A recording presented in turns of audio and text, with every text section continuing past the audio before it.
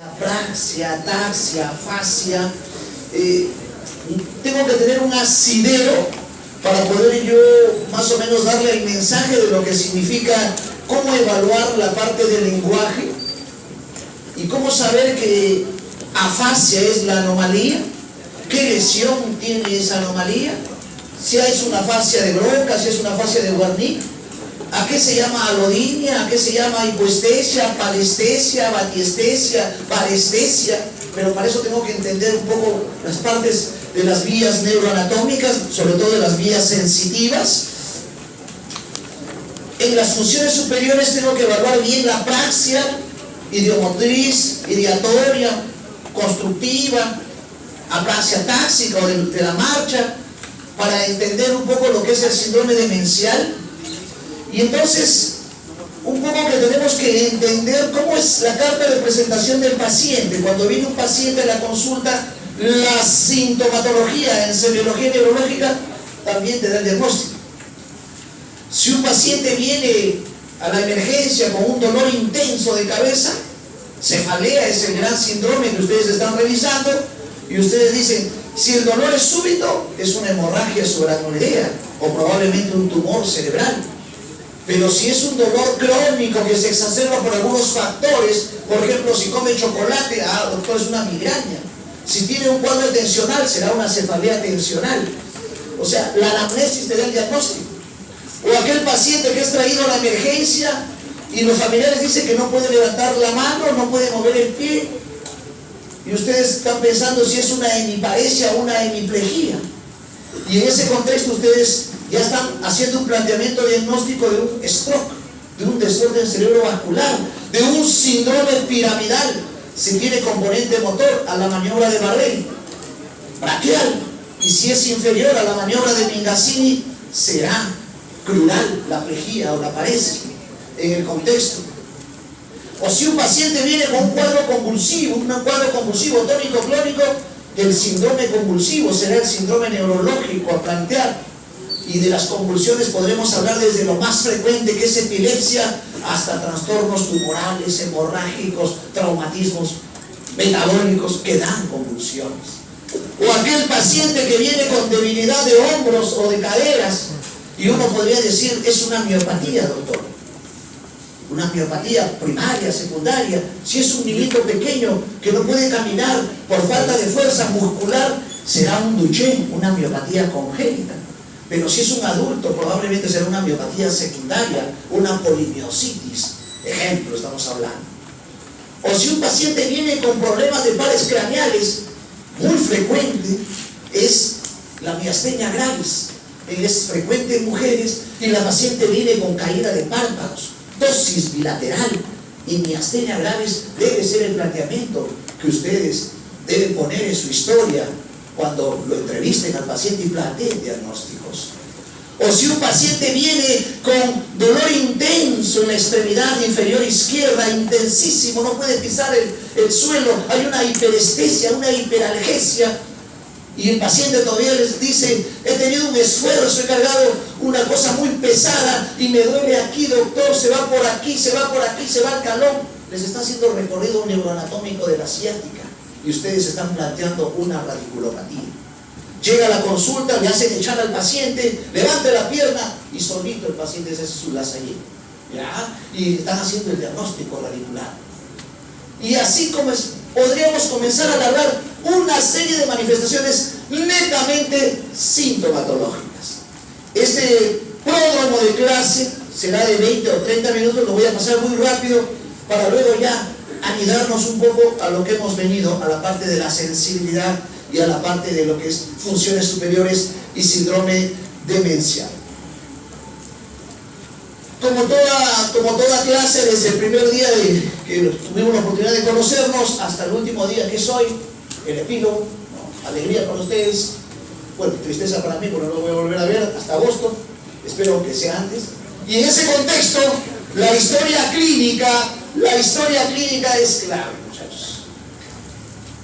En semiología, que es el curso a aprender, la historia clínica es el bastión, el que le da fortaleza al médico cuando va a plantear un diagnóstico. Si yo estoy esperanzado en la resonancia, en la tomografía, con contraste, con gadolinio, una espectroscopía, una electromiografía, potenciales evocados, electroencefalografía. Son pruebas importantes. El tecnicismo ha ayudado bastante a la medicina, pero también ha alejado al médico del paciente. Y en el contexto de la historia clínica, siendo el último epílogo, el colofón de la historia clínica, el examen neurológico. ¿Y saben ustedes por qué han puesto como final el examen neurológico? Desde los estamentos, desde la antigüedad, porque es el examen más exhaustivo. Se dice que el mínimo, un examen neurológico exhaustivo, ahora el mínimo. Solamente el examen neurológico. Entonces dicen, determina la lesión, de acuerdo a si es sistema nervioso central, periférico. Los diagnósticos tienen que ser sindrómicos, tienen que ser topográficos, tienen que ser nosológicos y etiológicos. Son los 4 diagnósticos que ustedes muy bien pueden plantear en la parte de la semiología neurológica. Un paciente que viene con una debilidad de brazos y de piernas parcial será una hemiparesia braquial crural. Y si tiene debilidad de cara será hemiparesia facio-braquial crural directa. Pero nosotros sabemos porque es por el sistema piramidal la decusación y la lesión estará a la izquierda. Y la causa más frecuente de hemiparesia es stroke, es desorden cerebrovascular, paciente hipertensa, diabética, cardiópata, con fibrilación auricular, todos los factores de riesgo que ustedes conocen, aunado al contexto. Y el síndrome será piramidal. El diagnóstico topográfico será vía piramidal. Y si es netamente motor, será cápsula interna y será brazo posterior. Y si desde el punto de vista etiológico, será un émbolo, una cardioembolia, una hemorragia, un infarto. Y desde el punto de vista nosológico, será lo que ustedes conocen. Stroke, ACV, ictus, apoplejía, son los sinónimos en ese contexto. Luego, después que ustedes hayan hablado de ello, harán el tratamiento, de esos a partir de agosto viene ello. La exploración muy concienzuda, el interrogatorio, la anamnesis en un paciente neurológico debe tener un derrotero desde el comienzo hasta el final. Si hacen una buena anamnesis, hacen diagnóstico sin examinar al paciente. Doctor, se me cae el ojo y no veo. Amaurosis y compromiso tercer par craneal. Está el diagnóstico. Es anamnesis. Doctor, tengo dificultad, no entiendo lo que me habla, pero más o menos en el contexto no entiendo. Tengo una sordera, una agnosia en el contexto verbal, sordera verbal, Wernicke, ¿no? Búsqueda de signos físicos, estado de conciencia, ahí viene la gnosia, lenguaje, ahí viene la fascia, facies, las facies neurológicas también son características, las actitudes, como el paciente parkinsoniano, con rigidez, con bradicinesia, o el paciente que camina de esta forma, polineuropático, el tono muscular, ¿cómo está? El trofismo, para eso examino, palpo, la coordinación de los movimientos, flexión, extensión, la praxia, cuando ordeno al paciente que escriba, que dibuje, praxia, movimientos involuntarios, como los tremores, como el flapping, como la corea, como la tetosis, los reflejos, si están vivos los reflejos, hiperreflexia, primera neurona, o si están ausentes o bajos, segunda neurona. Y la sensibilidad superficial, táctil, sensibilidad dolorosa, ¿no? Y ahí vamos a hablar de sensibilidad profunda, signos meningios, paciente con meningitis, rigidez de nuca y nervios craneales desde el primero hasta el 12º par. Esto rápidamente, en la conciencia y en el estado mental, ¿qué evaluamos? El comportamiento, el estado emocional, el intelecto, las percepciones, toda la esfera que a veces, algunas veces se resume en lote, lúcido, orientado en tiempo, espacio y persona. Yo puedo estar valorando muy superficialmente lo que es la conciencia, que es mucho más compleja todavía. El lenguaje, la manera de expresarse la persona. Pacientes pueden tener dificultad para articular palabras, disartria, está iniciándose un stroke, o el paciente puede tener una alteración de la comprensión, un Wernicke, o una fascia global o mixta, etc. las fascias que son diversas. A través de todos estos 4 meses ustedes han visto diversas fascias que les han ido nutriendo, han aumentado su INC. En el contexto, y ahí ven una serie de características, una de las más frecuentes. Estamos viendo todos los días esto. Ustedes dirán, ¿por qué, doctor, ahora el invierno? Las enfermedades también tienen ciclos estacionales, tienen ritmos circadianos. Y las parálisis faciales a priori lo estamos viendo por doquier en consultorio. No lo hospitalizamos. Justo uno de sus compañeros, muy motivado, muy ávido de aprender la medicina, hemos estado haciendo una rotación de mini prácticas, y me dice, doctor, ¿hay algún caso que ha hospitalizado? Sí, acabo de hospitalizar en Julián Barré. Un pacientito varón tuvo una diarreíta banal y silvestre, sin moco, sin sangre, sin pujo, sin tenesmo, y a las 2 semanas, adormecimiento de manos, signo del guante, adormecimiento de pies, signo del calcetín, y ahora viene la emergencia porque le falta el aire, Landry. Ya está el diagnóstico anamnésico, Julián Barré. Igual, ¿no? Otro paciente no se hospitaliza, van al consultorio, doctor, me levanté temprano, estoy en zozobra, no sé qué está pasando, estamos a medio porcentaje, me he levantado y he abierto el fridge y se me ha adormecido la cara, parálisis facial, a frío. Abrí la ventana, me lavé con agua helada, la historia de la parálisis facial a frío, y viene la paciente así, ojo abierto, la oftalmos, no puede cerrar el ojo, y la asimetría, el signo de fumador de pipa. La parálisis facial puede ser central o periférica. La central es mucho más severa. La periférica es la que vemos todos los días con frecuencia. Una fascia hemorrágica cerebral, ahí está el signo del fumador de pipa, parálisis facial central. Y uno puede decir, ¿qué nivel de lesión? Para eso la topografía o la neuroanatomía me sirve como asidero. Si es frontal, prácticamente motor. Si es parietal o temporal, sensitivo y funciones superiores. Y si es occipital, es visual. Así de simple es la neuroanatomía. Y la circulación del polígono de Willis, así de simple. Cerebral anterior, frontal, silviana, cerebral media y cerebral posterior, visual. Y ustedes pueden decir nivel vascular de lesión y nivel topográfico o neuroanatómico. Sencillo en ese contexto. Fase parkinsoniana muy frecuente. Miren qué coincidencia. Hace pocos días, Muhammad Ali, Parkinson, ¿no? La fase inexpresiva, la fase en máscara de cera, con bradicinesia, alteración del lenguaje, micrografía, pregunta de examen. ¿Cuál es la patología neurológica? El paciente escribe pequeñito, no se le entiende, tengo que usar lupa. El Parkinson. Alteración del lupus Vigel es una patología extrapiramidal. Fascia pseudobulbar, el paciente se ríe, llora, no se confundan con la fascia sardónica que se ve en el tétanos, que es una infección, una bacteria, Clostridium tetani, que se mete al cerebro y produce todo un cuadro deleterio.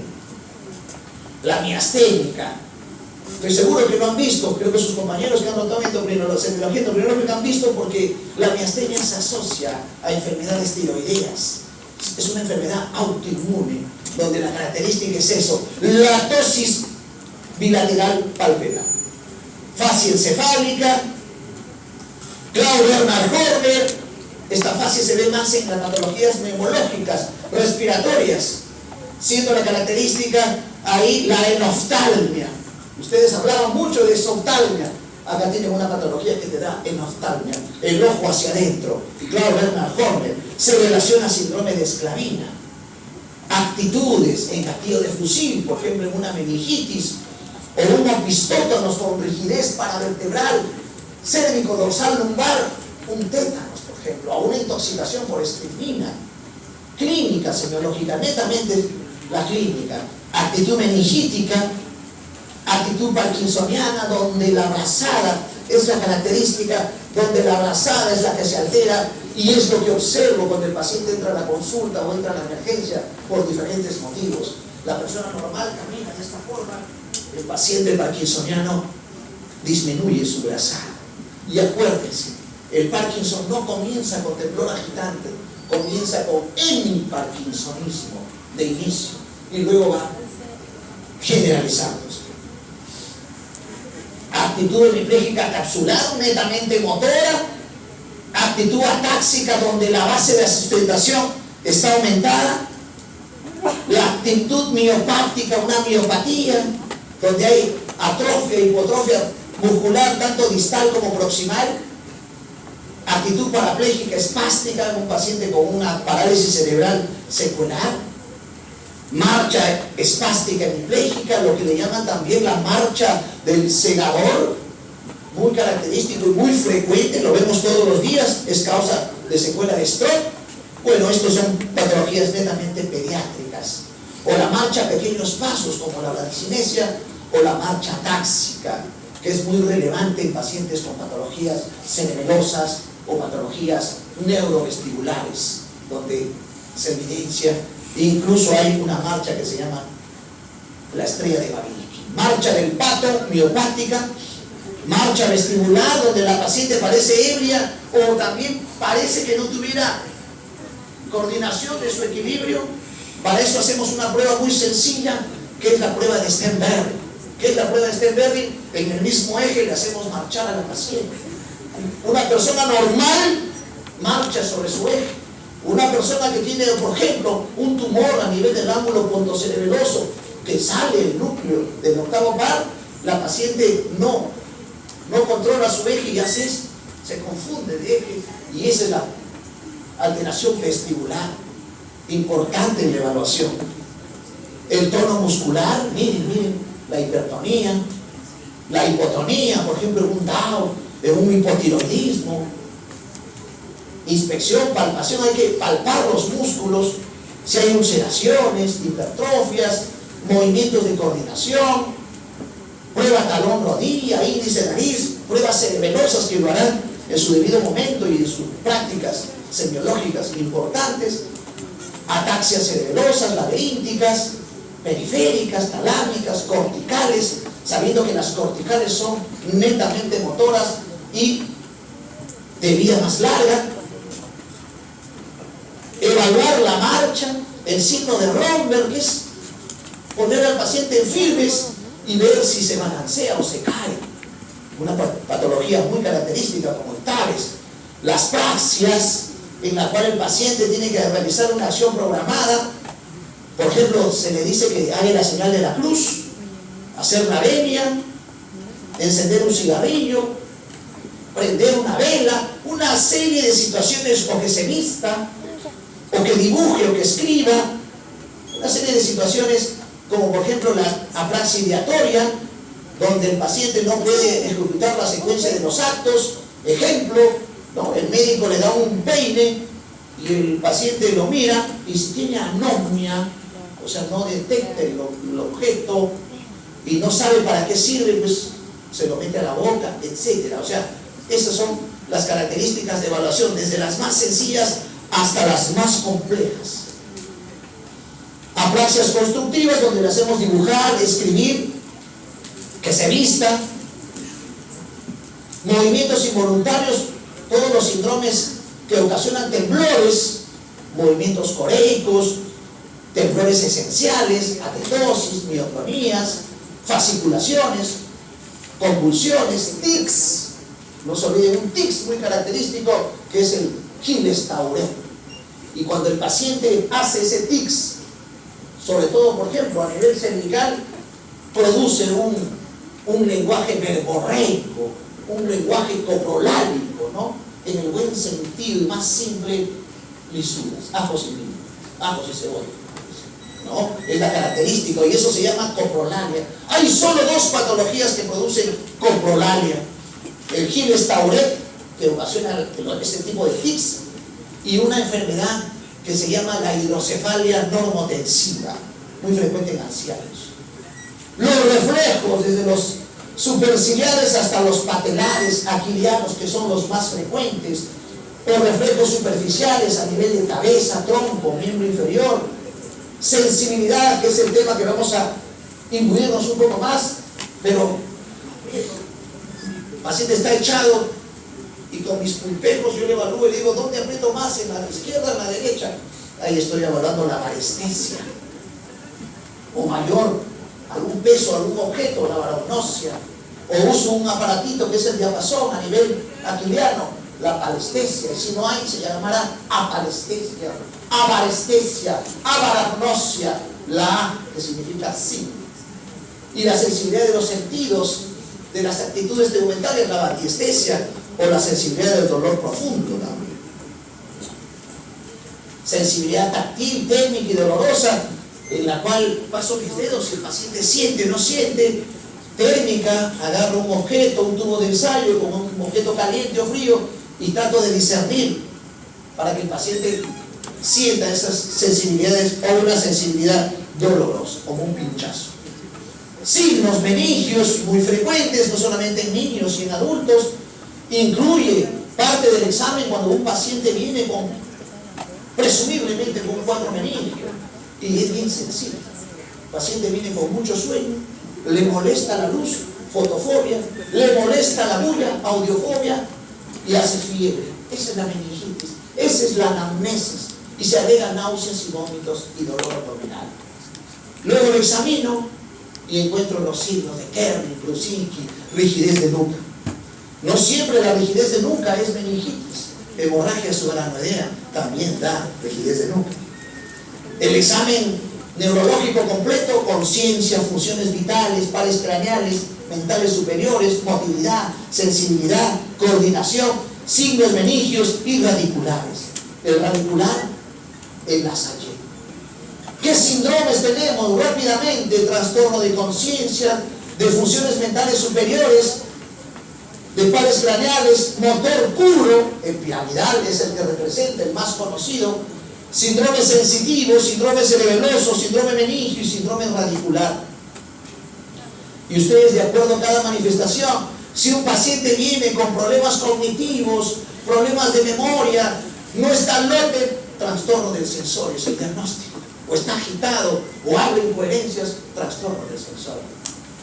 Si un paciente viene con una historia más amigarrada, además meses, deterioro cognitivo, no puede vestirse, no puede agarrar el objeto, alteración de las funciones mentales superiores, síndrome demencial, apraxia, afasia, ataxia, anosia, o pares craneales, como el séptimo par, o el dolor facial, quinto par, o netamente motor, ahí están las paresias, ahí están las plejillas, sobre todo de focalización, o problemas sensitivos, hipoestesia, alodinia, hiperestesia, parestesia, o síndromes cerebelosos en la cual el paciente no tiene buena coordinación, tiene mareos, tiene tinnitus, eso es el síndrome cerebeloso, y el síndrome meningio, donde hay rigidez, hay fotofobia y dolor radicular intenso, sobre todo la ciática, que es la más frecuente.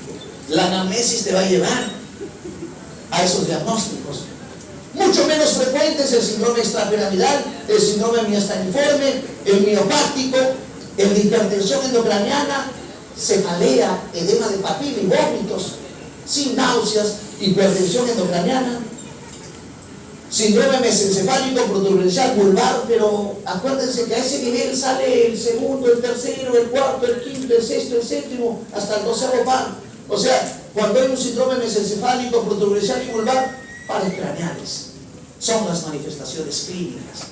Si es primera neurona, es el piramidal, el más frecuente, sabiendo que la espasticidad, sabiendo que el Babinski, sabiendo que el Hoffman es primera neurona, hiperreflexia, y sabiendo que la segunda neurona no tiene Babinski, no tiene Hoffman, no tiene hiperreflexia, sino arreflexia e hipotonía. Sensibilidad sensitiva por superficial y profunda. Está despierto, está somnoliento, está tuporoso o no responde a los reflejos dolorosos, en coma, superficial o profundo, si hay ausencia de reflejo corneal. Funciones mentales superiores, lo que vamos a hablar para entender el síndrome demencial: orientación, atención, cálculo. Los pacientes no pueden calcular, no pueden contar, acalculia se llama ello, o la memoria retrógrada, anterógrada, o el lenguaje. No solamente el lenguaje oral, sino el lenguaje escrito. Algunos test, como este sencillito, test del mini mental de Folstein, sencillito. ¿Dónde estamos? ¿Qué hora es? ¿Qué año es? ¿Cómo te llamas? Le hacen 3 Una cosita, ya me olvidé, ¿ya? Y en ese contexto le dicen 3 cositas que no se olviden, ¿no? Un zapato, un peine y un lapicero. En 5 minutos le preguntan lo mismo y el paciente no sabe nada, está más perdido, ¿ya? Son características del test de Mini-Mental, siendo un valor ideal 30. Pares craneales, todo lo que ustedes conocen: olfatorio, visual, motor ocular común, el troclear o el oblicuo menor, trigémino, motor ocular externo, el quiasma. Ya lo han visto esto bastante en lo que es endocrinología, pero el quiasma, las semianopsias, las cuadrantanopsias son relacionadas a problemas occidentales o a las radiaciones ópticas o al mismo quiasma como un macroadenoma hipoficiario.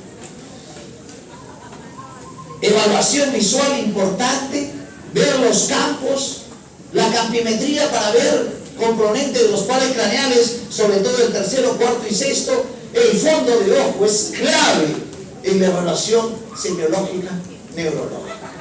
O sea, un paciente neurológico no puede dejar de hacerse un fondo de ojo.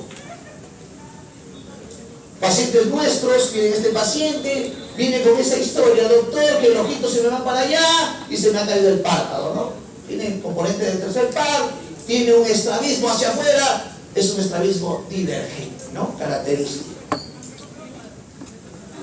Exforias, estrabismos, evaluaciones de los músculos. Para eso tenemos que saber cómo actúa el recto externo, el oblicuo menor, el oblicuo mayor, parte importante de la neuroanatomía. Para hacer las pruebas importantes es la forma de fijar en la parte frontal para entender bien y que no mueva. Miren, otra tosis palpebral, miren ese estrabismo, miren el paciente, ¿no? Miren, por eso se me fija la parte frontal, ¿no? Y en ese contexto ven la alteración de la motilidad ocular, una oftalmoplegia, una exforia, una disforia. Evaluaciones, bueno, esto es un PANCOS, también alteraciones del estrabismo, del motor ocular, el trigeminal, la neuralgia del trigémino, el reflejo corneal, se hace con una gasita, con un algodón, y el paciente hace la oclusión palpebral. Esa es la respuesta. Este es un signo muy característico, ¿no? Se llama el signo de la bofetada o el signo de la cachetada, ¿no? Tiene una mancha roja ahí, pero el paciente tiene una angiomatosis cerebelosa, ¿no? Una enfermedad o un epónimo muy conocido que es Sturweber.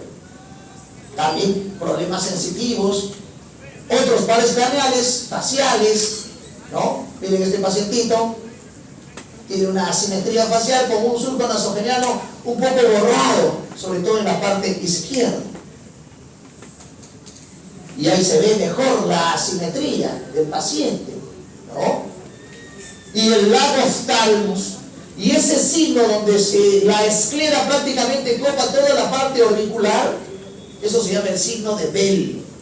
Bell. Eso lo hacemos en consulta con el paciente. Signo de Bell. Otros signos para evaluar asimetrías, que como les digo es bien frecuentes, también en niños se puede evidenciar. Otras fases, asimetrías, paciente con acromegalia, otra asimetría. Evaluar el vago neumogástrico, el glosofaringio, haciendo los reflejos nauseosos, el esternocleidomastoideo, evaluar los músculos del trapecio, la fijación del cuello, la tortícolis por alteración del espinal o onceavo par, una serie de la hipoatrofia de lengua, ¿no? Que se ve mucho en alteraciones del hipogloso. Hay que examinar la lengua, no solamente la forma, sino también si tiene gusto o no tiene gusto. Disgeusia. Acuérdense que mira la lesión, la desviación, no solamente de la lengua, sino de la úvula, el sistema motor, fuerza muscular, el tono, formas para evaluar la parte motora del movimiento, la tonicidad, la fuerza, la prensión, signo de Hendra, un signo muy sencillo, generalmente en un paciente con alguna hemiparesia tiene una fijación, ver la fuerza distal, salud, los grados de la fuerza muscular, de 0 a 5, no solamente la parte de extremidades superiores, sino también inferiores. Hacemos que el paciente empuje la mano para ver la fuerza distal. Vemos aquí una atrofia marcada de extremidades superiores.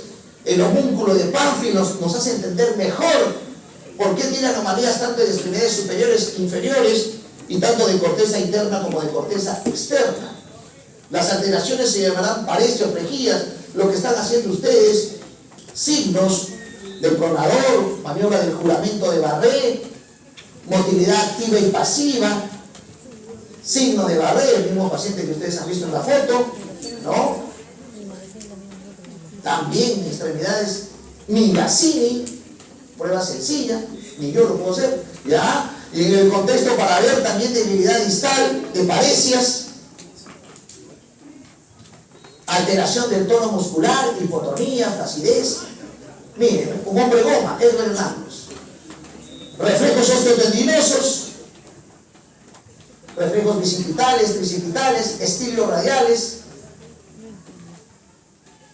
patelar o rotuliano, la interpretación del reflejo, la forma, el aquiliano importante, forma de reflejos, si hay areflexia o si hay hiporreflexia, o si el reflejo está muy vivo, poliquinético, policinético. ¿Dónde se ve eso, doctor?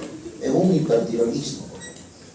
La forma que uno tiene que representar en su historia clínica, todo lo que ha hecho en lo que es reflejos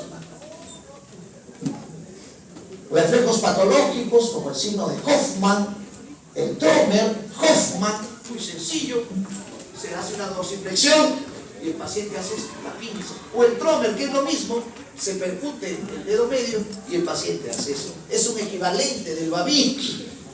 Y esto le cuento como anécdota rápidamente, ¿no? Digo, el primer día como lo veo, estaba neófilo, ¿cómo será? Y la profesora, doctor, voy a rotar aquí en su servicio. Bien, doctor, evalúe a la paciente, hágale Babinski, por favor. Llego, la paciente estaba amputada. Babinski, hay que hacerle el Trömer. Es el equivalente. Es el equivalente. ¿Ya? Muchachos. Ahí está, el signo de Hoffman, el signo de Trömer, son equivalentes, el Babinski, y no se confíen solamente con el Babinski, porque puede haber un esbozo de Babinski, y ahí tienen que hacer los sucedáneos de Babinski, como el signo de Rosolino, o el signo de Oppenheim, o el signo de Gordo. Imagínense que es la extremidad inferior. Gordo, Oppenheim, Schaffer, son los signos sucedáneos de Babinski, cuando tengo un esbozo de Babinski. Ver el clonus, que es lesión de primera neurona, si hay paresia, espasticidad, hiperreflexia, Babinski sucedáneos, ahí está una marcha parética, el reflejo rotuliano, la flacidez, la hipoatrofia. Esto es importante, el reflejo cutáneo abdominal también es importante, es lesión de primera neurona, la ausencia, las neuropatías distales de los nervios medianos, por ejemplo, o cubitales, que se ven bastante en la consulta, del canal mediano en pacientes obesos, hipotiroideos, las radiculopatías, las neuropatías periféricas, por ejemplo, en un paciente diabético, síndrome del túnel tarsiano, síndrome extrapiramidal, tremor, rigidez, bradicinesia, signo de la rueda dentada, ¿no? Agarramos al paciente y le hacemos esto y notamos una resistencia en tiempos. Ese es el signo de la rueda dentada, muy característico del paciente parkinsoniano. La mirada fija, la gesticulación hipomímica es un Parkinson. Otras facies, también parkinsonianas, la rigidez, la bradicinesia, movimientos extrapiramidales, coreicos, tipo Seidman, tipo Huntington, con algunas alteraciones distales, el gran opistótonos. Miren esas gesticulaciones, esos rictus, en realidad son enfermedades muy deleterias, irreversibles, neurodegenerativas. En niños, por ejemplo, tienen estos trastornos 50, 60 veces al día, imagínense, ¿no? El desgaste muscular, la hipoatrofia, todo lo que puede ocasionar, y el deterioro. La sensibilidad parestesia, doctor, se me adormece las manos, me hormiguea. Tenía una paciente que decía, doctor, cada vez que muevo el cuello, se me hormiguea las manos. Ese es un signo muy característico, el signo del eremite.